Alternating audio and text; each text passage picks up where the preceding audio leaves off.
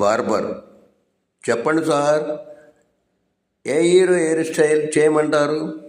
అప్పారావు: అలాంటిదేమీ వద్దు, గుండు చేయండి.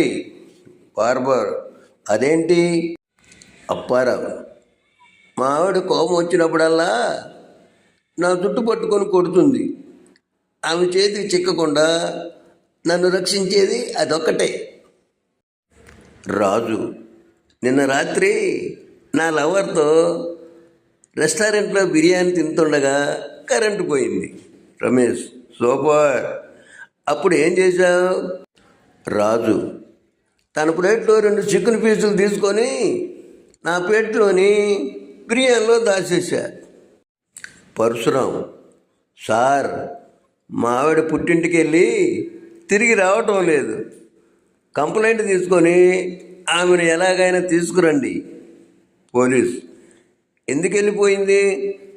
పరశురాం: ఒక్క మాట అన్నానండి, అంతే, అలిగిపోయింది. అంతకు మించి ఏమీ అనలేదు సార్. పోలీస్: ఇంతకీ ఆ మాట ఏంటో నాకు చెప్పవా ప్లీజ్? ఏంటే సరిత, మీ ఆయన నక్కతో తొక్కారంటగా? అయితే మీకు అదృష్టం పట్టినట్టే. ఇంతకీ ఇప్పుడు మీ ఆయన ఎక్కడున్నారు? ఉత్సాహంగా అడిగింది శారద.